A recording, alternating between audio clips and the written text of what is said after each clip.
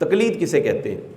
تقلید کا معنی یہ ہے کہ وہ شخص کہ جس کا قول ماخذ شریعت سے نہیں، یعنی وہ شخص جو نہ خدا ہے، نہ رسول ہے، نہ نبی ہے، اس کے قول کو بغیر دلیل کا مطالبہ کیے ہوئے مان لینے کو تقلید کہا جاتا ہے۔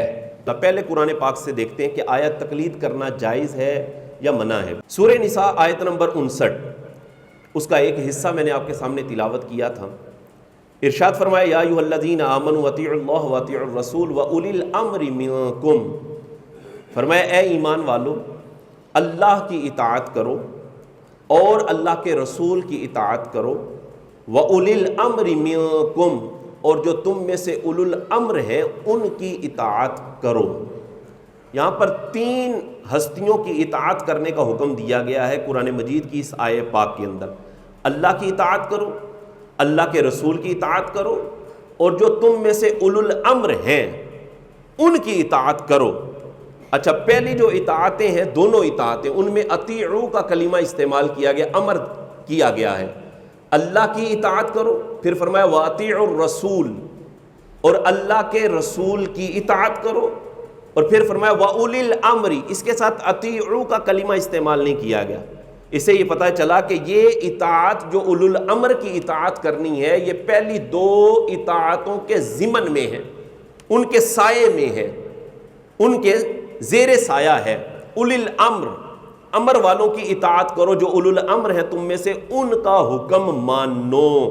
تو وہ لوگ جو کہتے تھے کہ جی صرف اور صرف اللہ اور اس کے رسول کی اطاعت کرو، اس کے علاوہ کسی کی اطاعت نہ کرو، تو قرآن تو کہہ رہا ہے اولی الامر کی بھی اطاعت کرو۔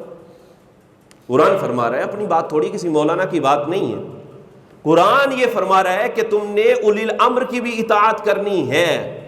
تو وہ لوگ جو کہتے ہیں جی قرآن اور حدیث کے ہوتے ہوئے تیسرے کی طرف جانے کی کیا ضرورت پڑی ہے، کسی امام کی طرف جانے کی کیا ضرورت پڑی ہے، تو ان کو کہا جائے کہ بھائی قرآن میں رب تعالیٰ ارشاد فرما رہا ہے اللہ کی اطاعت کرنی ہے، اللہ کے رسول کی اطاعت کرنی ہے، اور جو تم میں سے اولو الامر ہیں ان کی اطاعت کرنی ہے۔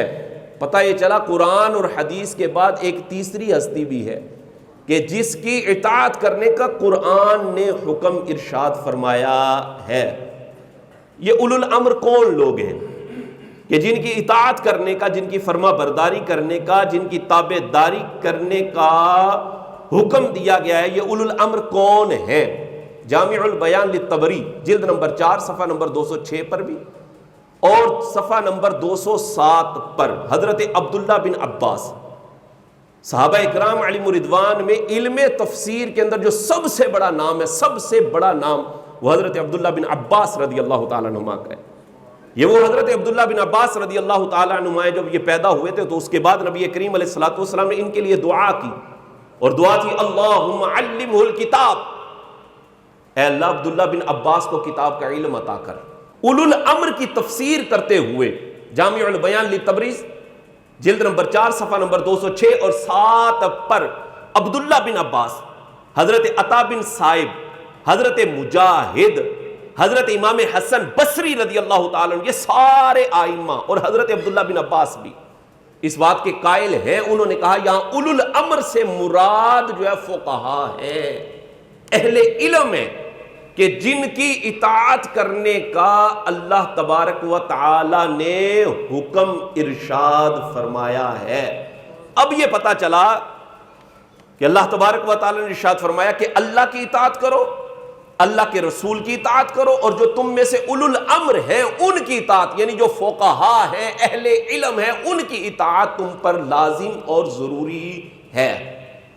قرآن کی اس آیت سے بھی ثابت ہوا کہ فقہا کی پیروی کرنا، فقہا کے قول کو مان لینا، کسی امام کے پیچھے چل پڑنا، یہ اللہ کے قرآن کا حکم ہے۔